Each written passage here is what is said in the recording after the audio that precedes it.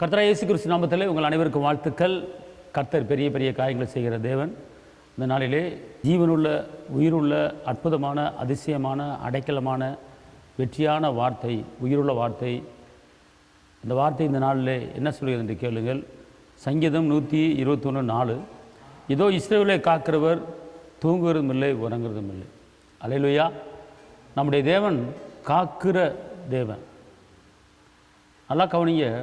இன்றைக்கி நம்ம குடும்பத்தில் இருக்கிறவங்க யாராக இருந்தாலும் நம்மளுக்கு துணையாக இருப்பாங்க, பாதுகாப்பாக இருப்பாங்க நினைக்கலாம். ஆனால் எப்படினாலும் அவங்க நம்மளை என்ன செஞ்சுருவாங்க, கவனிக்காமல் தூங்குகிற நிலமை வந்துடும்.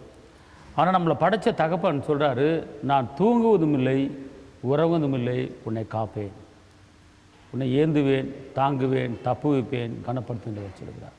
அன்பார்ந்தவர்கள், இந்த நாளிலே அநேக மனிதர்களை குறித்து நீங்கள் பயந்து கொண்டு இருக்கீங்களா? எதிர்காலத்தை குறித்து கலங்கி கொண்டு இருக்கீங்களா? நாளைக்கு என்ன செய்ய, நாளை கழிச்சு என்ன செய்ய என்று நீங்கள் நெருக்கப்பட்டு கொண்டு இருக்கீங்களா? எதை பற்றி நீங்கள் கலங்க வேண்டாம். இஸ்ரவேலின் தேவன் தூங்குவதும் இல்லை, உறங்குவதும் இல்லை. அவர் உங்களை உறங்காமல் பாதுகாத்து கொண்டு இருக்கிறார். அதனால் நமக்கு தேவன் அடைக்கலமும் ஆபத்து காலத்தில் அனுகூலமான துணையுமாக இருக்கிறார்.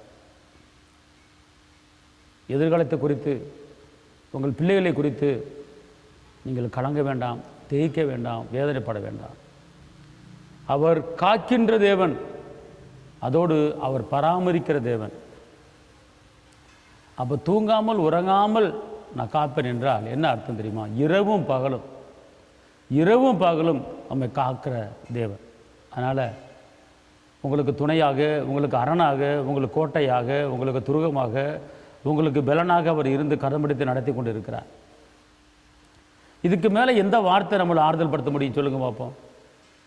எந்த மனிதனும் சொல்ல முடியாத ஒரு வார்த்தை. நீங்கள் சம்பளம் கொடுத்து ஒரு குர்கா வச்சுருந்தா கூட அசந்து தூங்குற நேரம் வந்துடும். ஆனால் இன்றைக்கி நம்மளுக்கு நம்மளை படைச்சவர், நம்மளை உருவாக்கினவர் சொல்லுகிற வார்த்தை, இஸ்ரவேலின் தேவன் தூங்குவதும் இல்லை, உறங்குவதும் இல்லை. அப்படிப்பட்ட தகப்பன் உங்களுக்கு இருக்கும்போது எதை பற்றியும் கவலைப்படாதீங்க, எதை பற்றி சிந்திக்காதீங்க. உங்களை பாதுகாக்கிற உங்களோட இருக்கிறார். உங்களை சுகத்தோடு பாதுகாப்பார், உங்களுக்கு அடைக்கலம் கொடுத்து பாதுகாப்பார், உங்கள் தேவைகளை சந்தித்து பாதுகாப்பார், உங்கள் நெருக்கத்தின் மத்தியில் பாதுகாப்பார். உற்சாகமாக இருங்க. கர்த்தர் பெரிய காரியத்தை செய்வார். உங்களுக்காக நான் ஜெபிக்கிறேன்.